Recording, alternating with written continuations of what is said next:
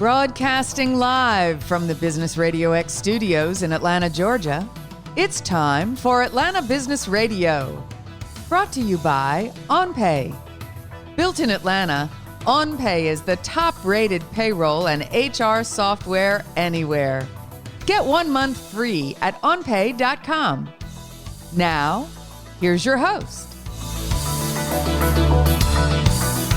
Lee Cantor here, another episode of Atlanta Business Radio, and this is going to be a good one. But before we get started, I'd like to thank our sponsor, OnPay. Without them, we could not be able to do these interviews on a daily basis, so please support them. On today's show, we've got with us Larren Odom, and he is with Chastain Wealth Management. Welcome. Thank you so much. It's great to be here, Lee. Before we get too far into things, tell us about Chastain Wealth Management. How are you serving folks? Absolutely. So what we do is we help successful business executives and business owners who are kind of find themselves on the ladder of success, the escalator of success, as we call it. And they're kind of ready to get off and maybe do something else with their life, but they've gone all in on their business or their career, and sometimes find it hard to do that. So we take them through a consultative process of a series of 5 meetings and kind of ask them where they are now, where they want to go, and kind of help fill in any gaps that might exist to get there. So now, what's a misconception that people who aren't familiar with business executives that have achieved that level of success have that maybe you're privy to that the layperson doesn't really appreciate? Sure. I mean, the folks, the things that you might think about a business executive or a business owner, is that they're very driven. That is a correct conception that people have of them. But they often find themselves, at a certain point in their career. Sometimes it's early 40s, sometimes it's mid 40s, sometimes it's early 50s, maybe even later, that they've kind of achieved what they want to achieve, and they want to do something else with their life, whatever the case may be. But they really don't know how to do it. They don't know how to get out. And so they have these ideas about, I'd be a fool to walk away from a job making this much money, and I have a lot of responsibility, and taking this company or this business that I've started to the next level. I'd be a fool to do that, but that's not really what they want to do with their life. And sadly, a lot of them never get off the kind of escalator of success, and they just kind of continue to go that route. And you may have heard that a lot of people on their deathbed, and this comes from an interview that a woman did to several folks, to hundreds of people actually, about people's regrets. And their regrets were not things that they had done. It was things that they had not done, i.e., I want to stop working, and I've got enough money now to live off of, and I want to go do something else. Those were the things that were more common that folks regret. So, our business, our wealth management firm, helps people to avoid having that fate. Now, do you find that at some point when you feel secure, I guess, with your wealth level that you're at, that at some point you want to give back and have a legacy, an impact, and an effect, and help other people? Absolutely. So there's really 4 big areas of concern that wealthy people have, and that is kind of wealth enhancement. They are smart enough to know that we've got this lump sum of money, be it $1 million, $5 million, $10 million, and they want to enhance it. They want to protect it. That's probably their number one concern. Hey, they've built this. They've worked really hard. They've got this success. And then they want to mitigate taxes. That's a big one as well. And then the last one is one you mentioned, charitable giving, and wealth transfer, be it to their own family or charitable organizations, is a huge and very, very common desire of folks. And so we work with experts, and there's all kind of strategies and tactics that you can use to maximize your giving. And so fortunately, the government and the taxation system, they're kind of in step with that desire that most people have. And so there's lots of things that you can do to minimize your taxable income, minimize the taxes that you might pay if they are directed toward a charity. And it's a lot more complicated, or a lot more opportunities than just, hey, I get to deduct something from what I give. There's foundations and all kind of different trusts that people set up, and so it's a huge part of what we do, and it all comes from that's what the client's desires are. Now, is this something that you have to have Bill Gates money to start a foundation, or like what would you think is like the minimum amount of money you need to have where a foundation at least should be considered? Yeah, so maybe not Bill Gates kind of money, but generally for foundations, you want to have a sizable amount. It depends on what the foundation is, but it's a good question, because the space we work in is we don't work with the ultra wealthy, and so ultra wealthy would be defined as 100 million or more. So our kind of sweet spot is between the $2 and $15 to $20 million range. Those are the folks that we help the best. So that kind of wealth is not really where you want to set up generally a family foundation, a charitable foundation. But there are all kind of other techniques that you can use, because there's cost to running a foundation and things like that. But there's all kind of other techniques that you can use that offer similar benefits to those, what we call wealthy. Certainly, somebody has $10 million, but they're not considered in our world, the extremely affluent or the super wealthy where you'd want to set up a whole charitable foundation. But there are ways to kind of have that impact and legacy, even at $2 million of net worth. Absolutely. To certainly to affect something that you care about, beyond your death. So you set up something where the money can continue to grow. And you can have an impact on something that you believe in and something that you're concerned with. With less than $50 million, certainly. Now, in your work, you spend a lot of time dealing with business people and executives and things like that. How have you been kind of working with them through this pandemic? Because Sure. I've got the privilege of interviewing dozens of people over the last few weeks that are dealing with this firsthand. And it seems like there's a few choices people have made. Some people are like, well, I'm just going to wait this out, and I'm just going to, at some future point, I'll just turn back on the lights and go back to work. And then there's other people that are like, look, this is an opportunity. A lot of successful businesses have started during crisis, so why can't it be me? What are you seeing? Like, what's the temperature you're getting out there? Absolutely. Yeah. I mean, uncertainty creates opportunity, both in the marketplace, which is a big part of what we do. Obviously, we manage our clients' investments. And so whenever there's uncertainty, there is opportunity in the markets. And then it goes the same, for businesses. We think about a third of businesses here through this thing may fail. A third of them are going to kind of muddle through, and then a third of them, as you mentioned with some of your interviews, are going to come out of this thing thriving because they're using the opportunity to first recognize that we're in a new world, in a sense, right? This pandemic is going to change things, but it's not unprecedented, right? We've had changes before, so. To answer your question directly, we've been reaching out to our clients, individually. And the first thing we always do is we lead with questions. We don't lead with solutions and advice. We always ask them, A, how are you doing? How's your family? How's your health? B, how's your business doing? And then from there, we make recommendations. But we've been in touch with pretty much all of our clients, all of our business owners and executives to kind of find out how they're doing. So generally, our folks are embracing this. Of course, many of them have concerns. Many of them are scared. They're asking, questions about what to do with their money. Is this thing going to end? And so, we did initially about a month ago, we did a webinar on two things. One was the history of pandemics.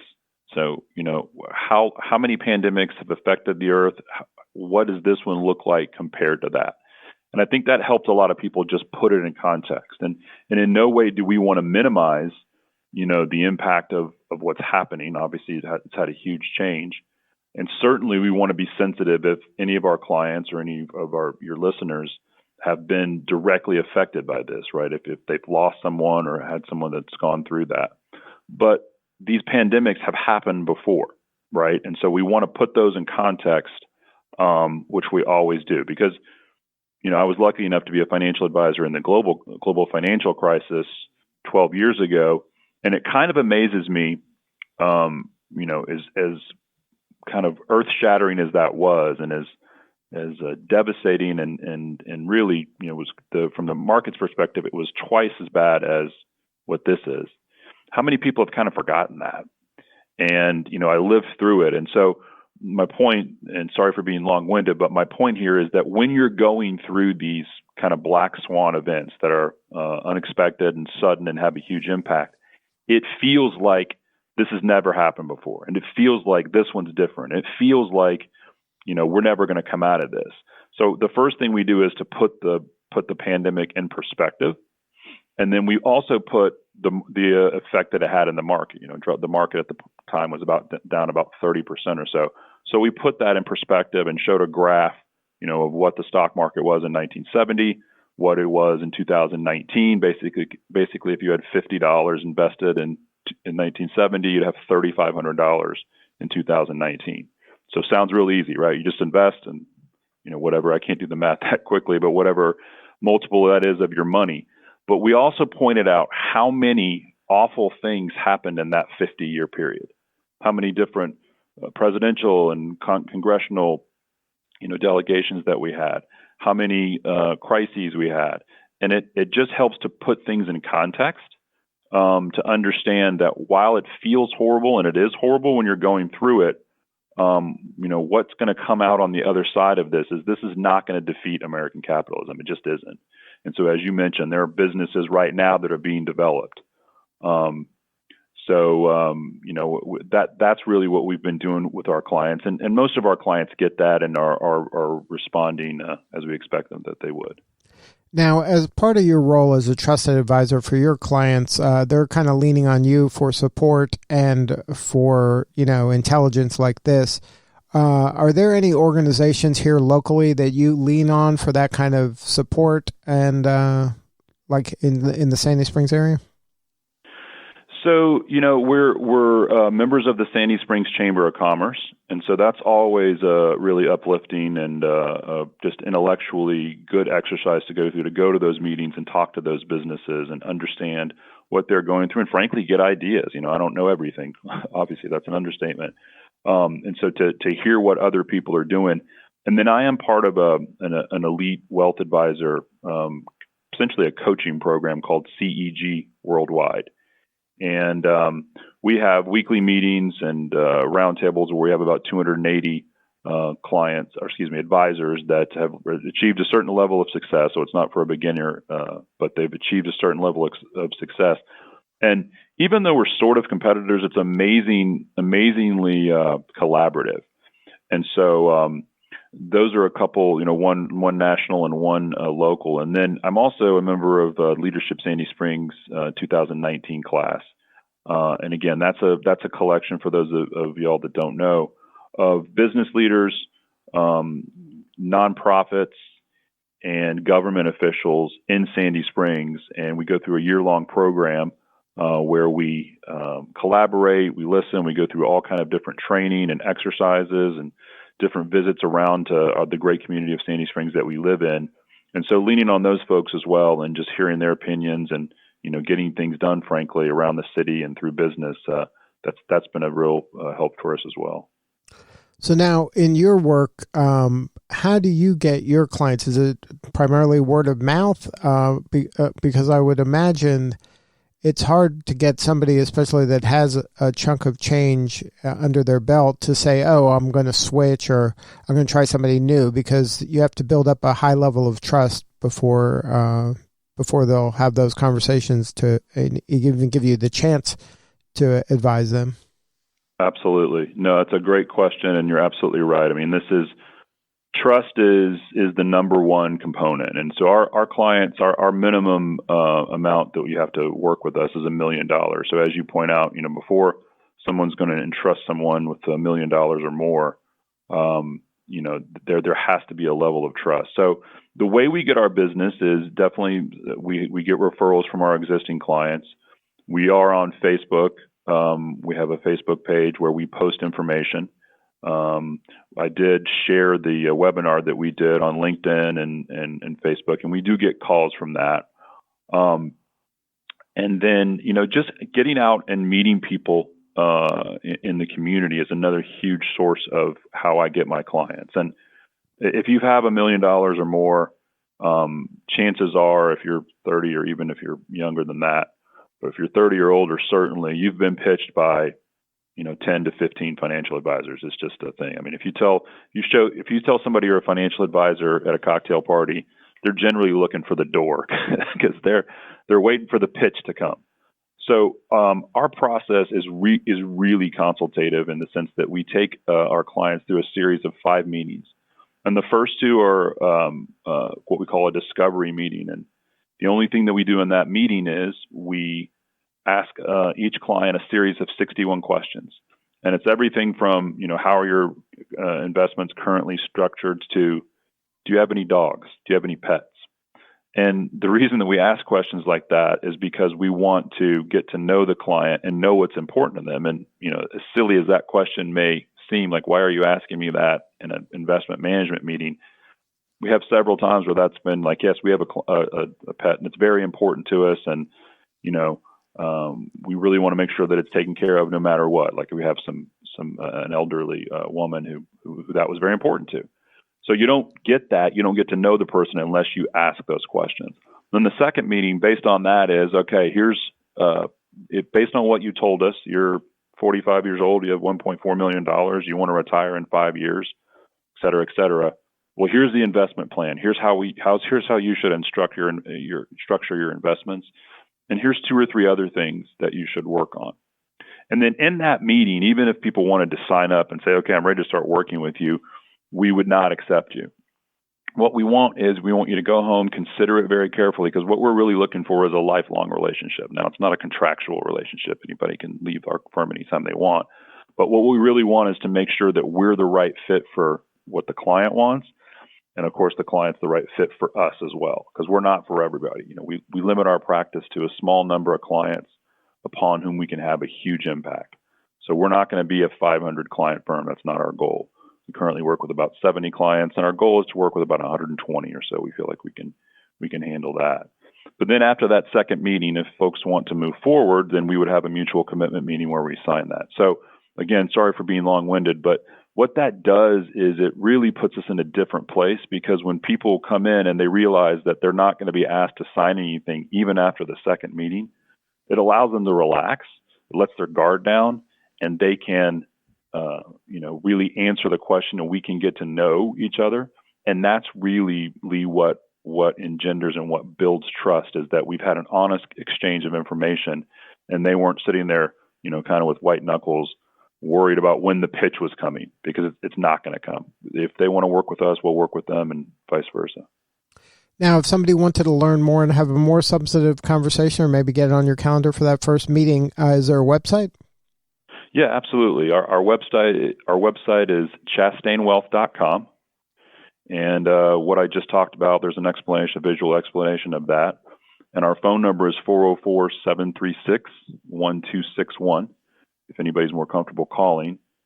And then we're right in the heart of Sandy Springs. If you know where Joey D's, the restaurant, is, you can walk to our office from there. We're right down the street on the Cox Communications campus, and 16th floor. And we'd love to speak with people. And honestly, folks that aren't sure if they can work with us or not, I'm always happy to do a 15-minute consultation with them and give them some good advice. I've done that several times. Good stuff. Well, thank you so much for sharing your story today. Great. Well, I really appreciate the time, and thank you for having us. All right. This is Lee Cantor. We'll see you all next time on Atlanta Business Radio. And remember, we could not be doing these interviews without the support of our sponsor, OnPay. So please support them so we can continue to share these important stories. Today's episode of Atlanta Business Radio is brought to you by OnPay. Built in Atlanta, OnPay is the top-rated payroll and HR software anywhere. Get 1 month free at onpay.com.